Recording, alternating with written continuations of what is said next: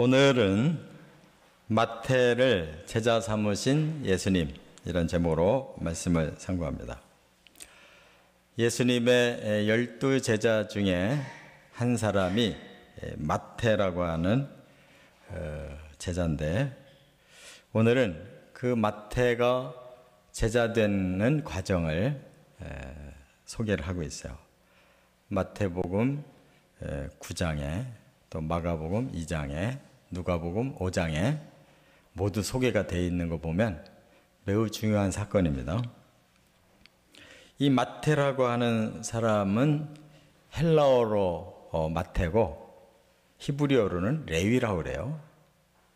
이 사람은 세리였다 그랬어요. 세리는 오늘로 말하면 세무 공무원인데, 그 당시는 로마의 속국으로 있었기 때문에 로마의 관청에서 이제 유대인이면서 세무 공무원으로 일을 하고 있어서 유대인들에게는 상당히 비난을 받은 사람들입니다. 우리나라의 일제시대처럼 친일을 했다, 친로마로 이렇게 분류가 돼서 많은 비난을 받았고, 거기다가 또 당시에나 지금이나 이 돈을 만지는 사람들은 부정을 저지르기가 쉬워요. 항상 주변에 유혹이 있고, 또 욕심이 생기면 그런 뇌물을 받게 되고, 또 세금을 몇 배로 튀겨서 이렇게 받고 하다 보니까 굉장히 사람들에게 아주 싫어하는 존재였습니다. 그런데 예수님의 제자가 됐다고 하는 것은 참 놀라운 일이에요. 이 사람의 아주 큰 변화가 있지 않고는 정반대의 세계에 이렇게 예수님의 제자로 들어갈 수가 없었을 것입니다. 그래서 오늘 본문에 이제 이 마태가 자기의 과거를 털고 이제 새로운 삶을 시작하는 그 정점으로 자기 집으로 손님들을 초대했는데, 물론 이제 예수님을 믿고 따르기로 했기 때문에 예수님과 제자들을 초청했고, 또 그동안 관청에서 함께 근무하던 세리들, 그리고 로마의 관리들 다 불러서 함께 식사를 한 거예요. 그런데 또 제3자가 있어요. 바로 바리새인. 이 다른 본문에 보면 또 거기에 서기관도 함께 있었다는 거예요. 근데 그들은 같은 식탁에 앉아서 먹은 게 아니고 다른 곳에서 그 광경을 쳐다보고 항의하러 들어왔어요.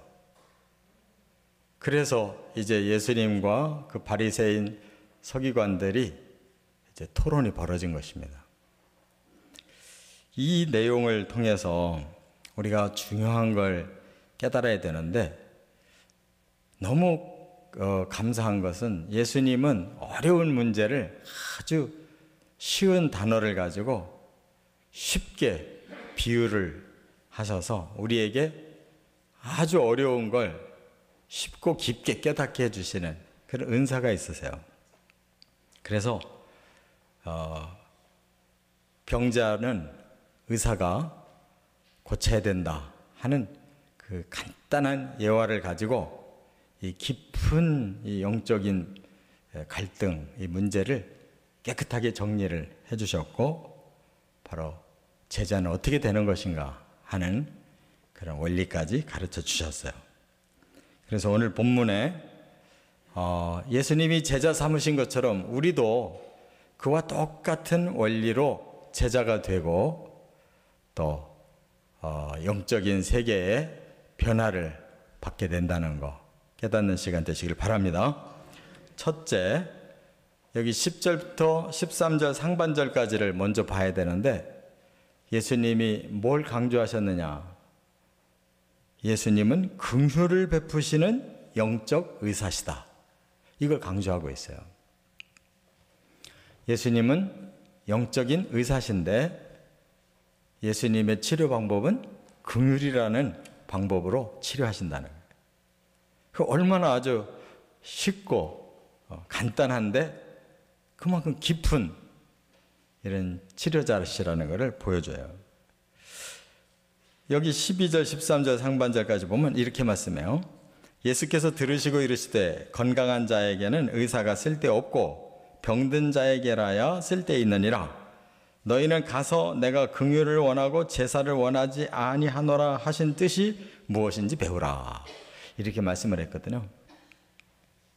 예수님이 자신이 의사라고 말씀하면서 의사는 누굴 만나야 되느냐면 건강한 사람 만나는 게 아니다. 병자를 만나는 것이다.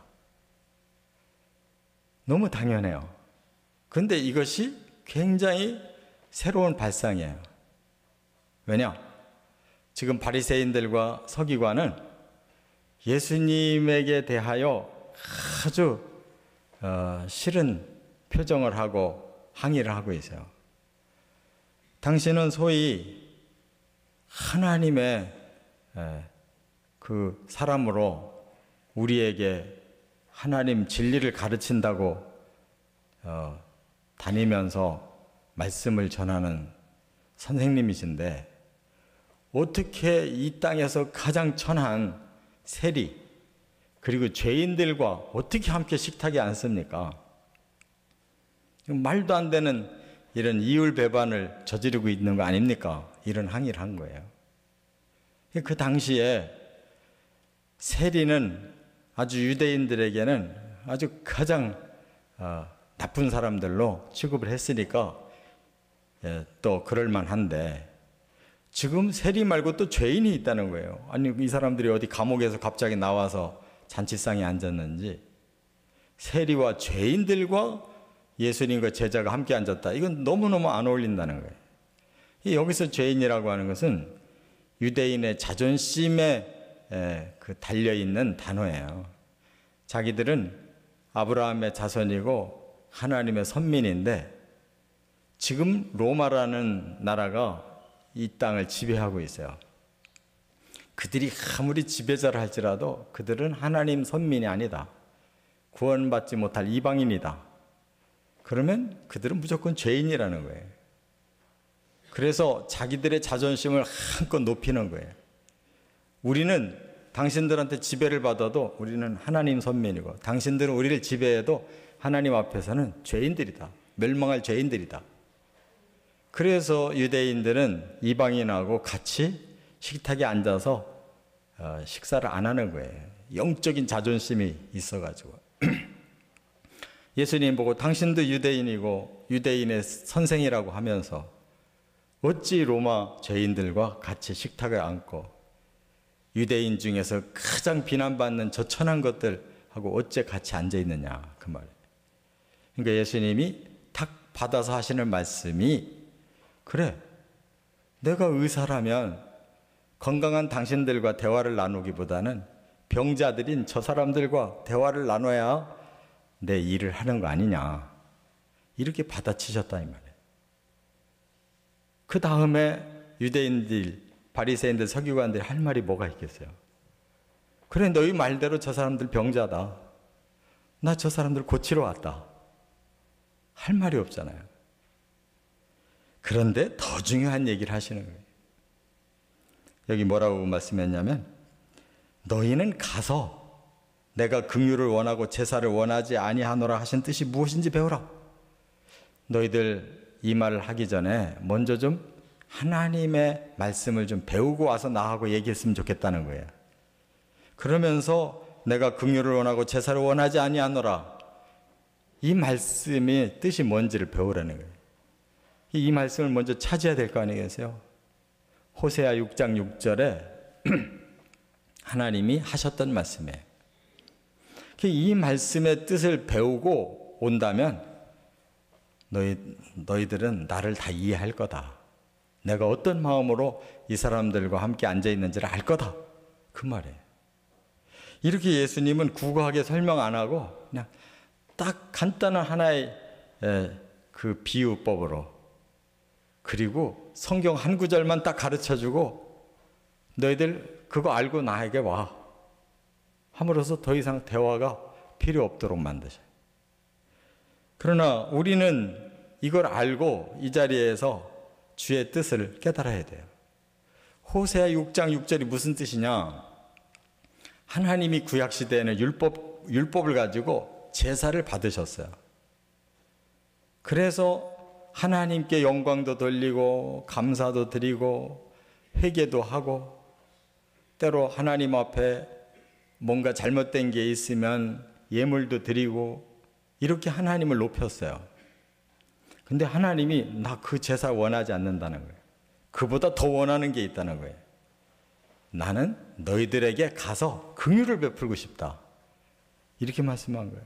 얼마나 이 발상의 전환이 위대한 겁니까? 하나님은 늘 경배 받으시는 분으로 생각하고 사람들이 하나님 앞에 나아가는 일을 항상 부담스럽게 생각했잖아요. 근데 이제 하나님이 나 그거보다 내가 너희들을 찾아가서 긍휼을 베풀고 싶다는 거예요. 그 말은 이제는 하나님이 적극적으로 사람들을 찾아가서 구원하고 싶다. 왜? 그 많은 사람들이 죄를 해결해야 되는데 하나님 앞에 아무리 와서 제사를 드려도 잘 해결되지 않는 거 아시고 이제는 하나님이 직접 가서 긍휼, 불쌍히 여김으로 너희들의 죄를 다 용서해서 내가 너희들을 구원하고 싶다. 그런 뜻이거든요. 이 깊은 말씀을 예수님 다 알고 그거 실천하러 오신 거예요. 그래서 여기 있는 이 죄인들에게 나도 긍휼을 베풀어서 이 사람들 죄를 용서하고 내가 구원하려고 지금 여기 왔다. 바로 예수님은 긍휼이라는 방법 가지고 그들을 구원하는 그런 영적 의사, 구주시라고 이렇게 말씀한 줄로 믿습니다. 그렇기 때문에 바리새인들은 거기 그 앞에서 상대적으로 아주 형편없는 존재가 된 거예요.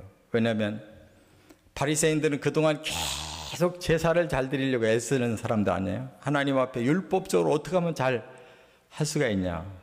그래서 하나님 앞에 더 경배하기 위해서 일주일에 2번씩 금식도 하고 조그마한 선물이라도 들어오면 그것까지도 다 11조를 떼어서 바치고 철저하게 안식일도 지키고 이렇게 살으려고 한 사람들인데 이제는 하나님이 그들에게 내가 너희들도 불쌍히 여기고 너희 죄를 용서하고 구원할게 라는 메시지다 그 말이에요. 이 얼마나 놀라운 발상의 변화예요.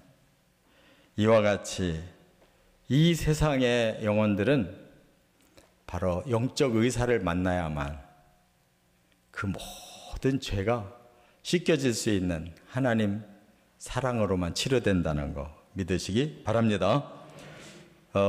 과거에 영국에 토마스 무어라고 하는 사람이 있었어요.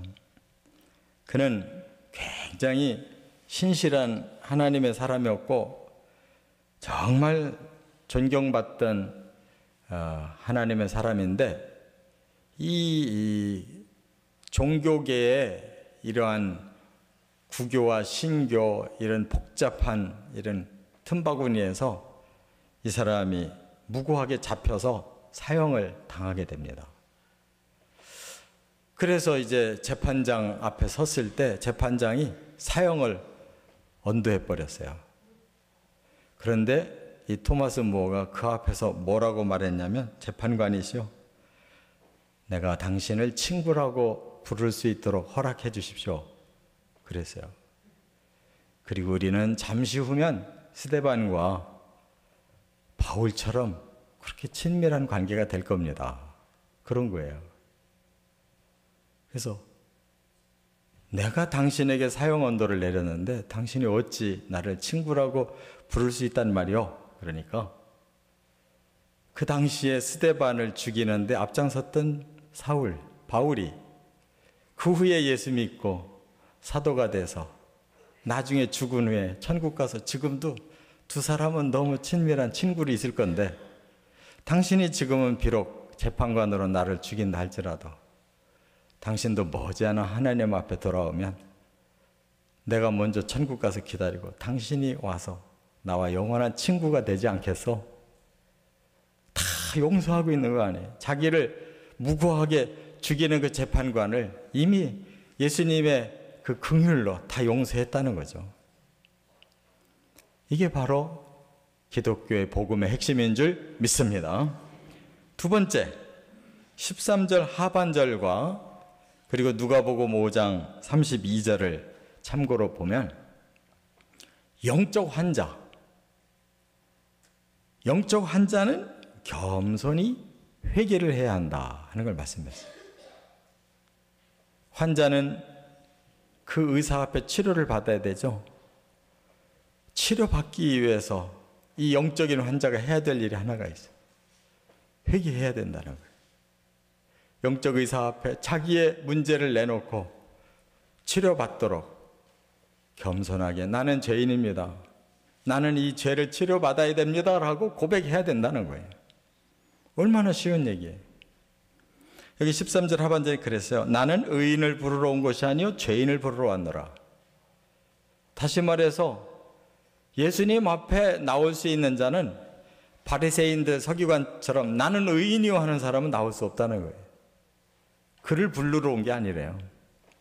오히려 여기 있는 세리와 이 로마 관리들처럼 오히려 나는 죄인입니다 라고 인정하고 그 예수님을 영적 의사로 영접해서 자기의 그 병이 바로 죄라는 사실을 고백하는 이들을 내가 치료하기 위해 왔다 그랬어요. 그런데 한마디 더 누가복음 5장 32절에는 중요한 한마디를 더 붙였어요. 그럼 뭐라고 했느냐? 내가 의인을 부르러 온 것이 아니요 죄인을 불러 회개시키러 왔노라 그랬어요. 아주 명확하게 여기서는 바로 환자인 우리들은 죄인이라는 걸 인정하고 그 죄에 대해서 하나님 용서해 주십시오. 저를 치료해 주십시오. 이거 고백하기만 하면 용서하고 구원하려고 오셨다는 거예요. 환자인 우리를 향해서 다른 건 아무것도 요구하지 않으시. 네 자신이 죄인이라는 거, 그 죄에서 해결되길 원한다는 거, 그 죄를 그대로 내놓고 이 죄를 해결해 주십시오 할 때 바로 그 회개를 통해 영적 의사이신 예수는 우리의 병을 얼마든지 고쳐내신다는 거. 할렐루야. 이 세상의 육체의 병은 별의별 병이 다 있어요. 그래서 6,000가지도 넘는 질병의 리스트가 있대요. 그런데 영적인 병은 딱 두 가지밖에 없어요. 자신이 죄인이라는 걸 아는 죄인이 있고 자신이 죄인이라는 걸 모르는 죄인, 이 두 종류밖에 없다는 거예요. 지금 세리 그리고 이 로마 관리들은 자기들이 죄인이라는 걸 아는 죄인으로 와서 예수님과 함께 식탁을 맞이하지만 이 바리새인들은 자신이 죄인이라는 걸 모르는 죄인으로서 예수 앞에 와서 구원을 원하는 게 아니라 오히려 예수를 비난하고 있다 그 말이에요. 구원받고자 하는 저들을 비난하고 있다는 거예요. 얼마나 명쾌해요. 과연 우리가 지금 어느 죄인이냐 이거예요. 내 죄를 알고 예수님 앞에 엎드려서 회개하며 구원받기를 청하는 죄인이냐, 바리새인들처럼 우리는 죄인이 아니고 의인이다 라고 큰 소리치며 오히려 예수를 정죄하고 그들을 비난하지만 실상은 너무나도 속이 썩은 진짜 죄가 심각한 죄인들인데 그걸 모르고 있는 이 어리석은 바리새인들과 같은 자들이냐, 이것만 생각해 보면 우리는 어느 종류의 죄인인가를 알 수 있다, 그런 말씀이에요. 이와 같이 예수님은 죄인을 찾아서 이 땅에 오셨기 때문에 내가 죄인입니다 하는 자는 누구든지 예수를 만나고 누구든지 예수 앞에 치료받을 수 있다는 거, 이거보다 더 큰 복음은 없는 줄 믿습니다. 다만 우리들이 할 수 있는 일, 그것은 모든 자만을 내려놓고 하나님 정말 형편없는 죄인입니다. 우리 스스로 아무리 노력해도 의인이 될 수가 없고 죄 안 지려고 해도 우리는 여전히 죄를 짓고 그 죄에 눌려서 우리는 이 땅에 살아도 사는 것이 아닙니다. 제발 예수님 나를 불쌍히 여겨주시고 내가 고백하는 이 죄를 다 용서해 주십시오. 이런 죄인으로 나갈 수 있다는 것, 그 자체가 하나님의 축복인 줄 믿습니다. 그래서 요한일서 1장 8절에 그랬어요. 만일 우리가 죄 없다 하면 스스로 속이고 또 진리가 우리 속에 있지 아니할 것이요. 우리가 죄가 없다고 말한다면 우린 거짓말쟁이고 내 안에 진리가 없다는 것이 여실히 증명되는 것이다. 이렇게 말씀했어요. 성경을 보시면 예수님이 많은 사람을 고친 것을 다시 우리가 영화를 눈뜨고 보면 느끼게 되는데, 요한복음을 보시면 지성만을 앞세우고 영적으로 어두웠던 니고데모 예수님이 고치셨잖아요. 거듭남의 진리를 가르쳐서 그를 제자 삼으셨어요. 또 요한복음 4장으로 넘어가니까 남편이 5이나 됐던 아주 행실이 나빴던 사마리아 여인을 고쳐서 열렬한 예수의 전도자를 만드셨잖아요. 또 창기 생활을 했던 마리아가 예수님 앞에 고침받고 너무 감사해서 향유를 깨뜨려서 머리에 부어드렸잖아요. 또 간음 중에 8장에 보니까 붙잡혀가지고 사람들의 돌을 맞고 죽어야 될 여자를 예수님이 또 그들을 다 떠나보내게 하시고 그를 용서해서 고치셨잖아요. 또 남의 돈을 착취했던 세리장 삭개오도 어서 내려와라, 내가 너희 집에 오늘 유해해야 되겠다 하시고 그의 모든 고백을 다 받고 용서해서 구원하셨잖아요. 또 흉악한 귀신 들렸던 거라사 광인도 귀신을 쫓고 그를 고쳐주셨잖아요. 심지어 12 제자의 제일 선임이 되는 베드로도 예수님이 신문당하실 때 3번이나 부인하고 저주하고 도망갔던 그 악한 제자도 다시 찾아가서 또 고쳐놓으셨잖아요.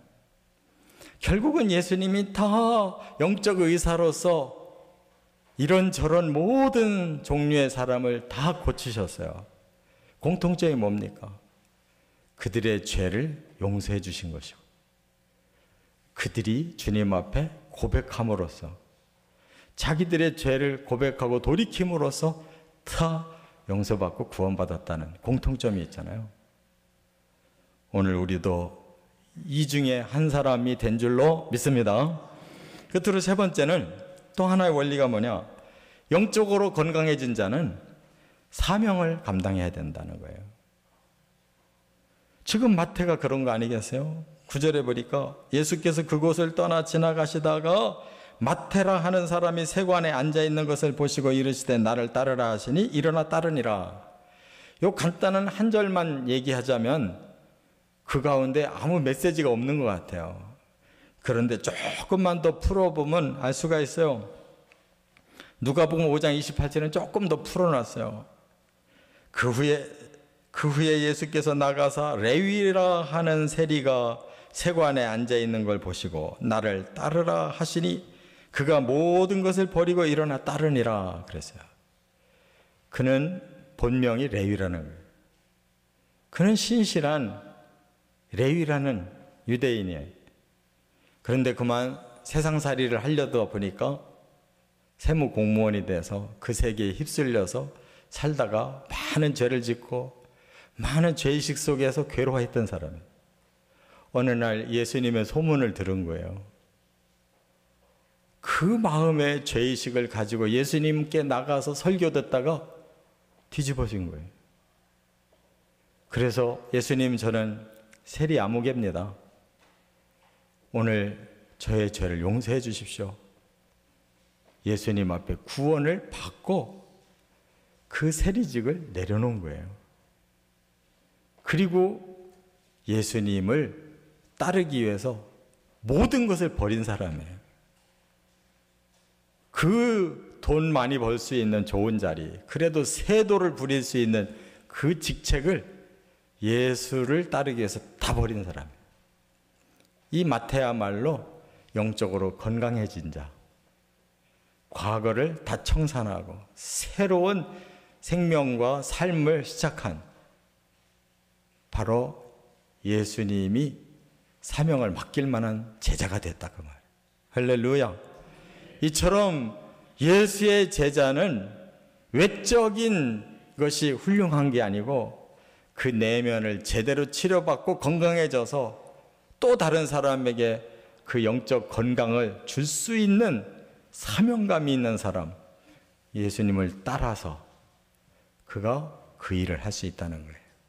오늘 우리도 특별한 사람이 전도자가 아니라 내가 구원받은 체험이 분명하고 예수님 통해서만 이 구원이 있다는 사실을 깨닫는 사람은 또 다른 누구에겐가 그 진리와 그 비결을 나눌 때 마태와 똑같은 예수를 따르는 제자가 되는 줄 믿습니다. 그들을 통해 구원이 일어나기 때문에. 그러나 수십 년 믿어서도 내 입 한 번 뻥끗 못하고 내가 간증 한 번도 못해서 한 사람도 구원한 사람이 없다면 나도 제자가 아닐 수가 있고 제자가 만들어질 수가 없는 것이다 하는 거예요. 그렇기 때문에 오늘 본문에 레위는, 이 마태는 마지막 잔치를 벌이고 있는 거예요. 이 잔치가 뭡니까? 지금까지 함께 하던 과거의 사람들, 세리들과 로마 정부 관료들한테는 마지막 인사를 나누는 거죠. 나는 이제 떠납니다. 나 오늘부로 퇴직합니다.